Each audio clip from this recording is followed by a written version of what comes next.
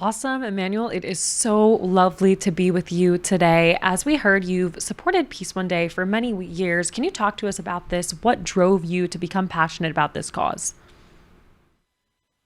Well, peace one day, doing what I've been doing. So it's like that they are already ahead in terms of what I've been chasing. But also it's created an encouragement to find out there are people out there who believe in justice, equality, and freedom for all.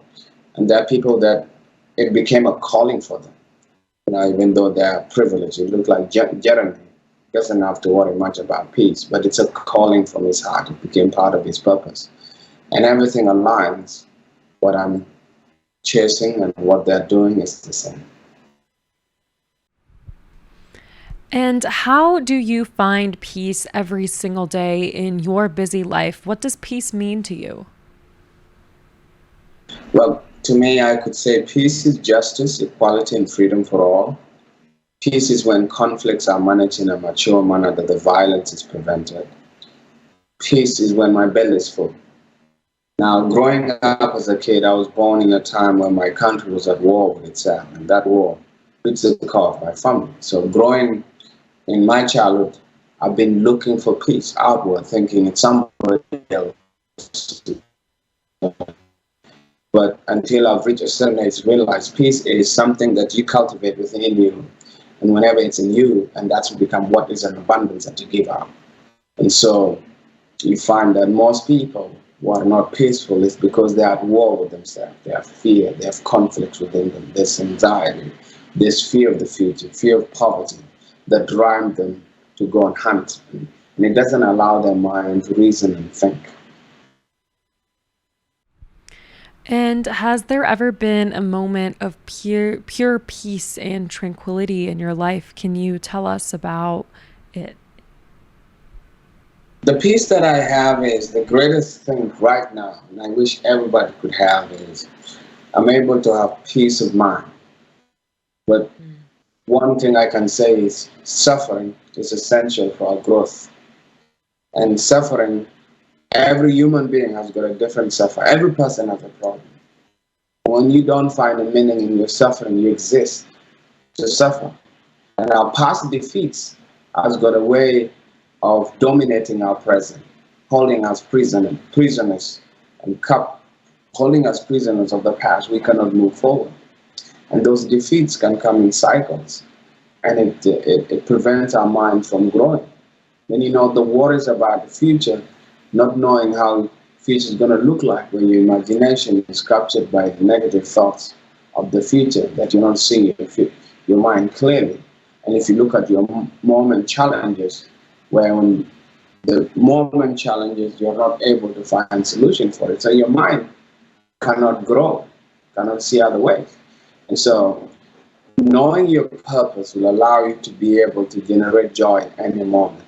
And it's your purpose that allow you to be able to give your life meaning in every stage of suffering. And so the greatest thing I have now is I have joy in my heart, which allows to to bring peace in my mind. And so that's what I'm pushing out to the world, that gave me long-term liberty and long-term um, energy to continue moving, persistent without giving up. And the world is in a precarious situation right now, but do you have hope that humanity can turn this around? Yes, we could look at it. There's so much to be grateful about right now than long time ago. Now, there was Second World War, the challenges people thought nothing. There was time of colonialism. There was a time for slavery. There was injustice. There was racism. You look at it now. If you look at the now, human beings, well, we have so much to be grateful about. And so things like moments like this are to remind us, history has got a way in which it can uh, prophesy the future. The past, by the past, we can judge our future can be. And so that's why we have to be constantly positive and pushing on to make sure that we don't fall into reverse. Because what happens is when the resources become scarce and the elders or the leaders that are guiding us don't find any possible solution, then they'll create ideologies that will bring divides. Like right now, there's some countries that are building ideologies to close their borders, not wanting to be open, and those are what create fear. Like right now, the war that is going on in Ukraine, you know, and Russia, it has brought so much effect. You know, just that small war in Europe, the impact that it has caused in inflammation, the impact that it has caused in the rises of fuel, the impact that it has caused into a lot of people have become poor and they're not even part of that war. So, uh, some people, war is profitable. Some people, peace is profitable. But in reality, peace is profitable to all. I completely agree. Peace is a key component of everyday life, and as is music. And so I would love for you to share with us more about your work as a musician and why did you choose to perform this song? Well, for music is the only thing that can speak to your soul, your self system, and influence you without you knowing. Music has got a way of reaching to all kind of people. You know, music is a language that all of us understand. Playing is to all the babies, and you see them jumping around the same way. You know, I can listen to Chinese music, I can listen to all kind of music, and it will interpret those emotions in that sound. And if you had one wish, what would it be? My wish is each and every human being to discover their purpose so that they can contribute and step in any relationship they are in abundance. And I would also love if you could share maybe a final reflection or a final call to action. How can our audience support you and how can they get involved in this fight for peace?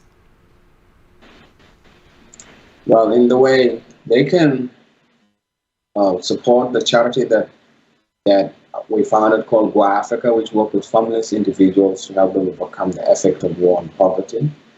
And they can just Google Go Africa, GUA Africa.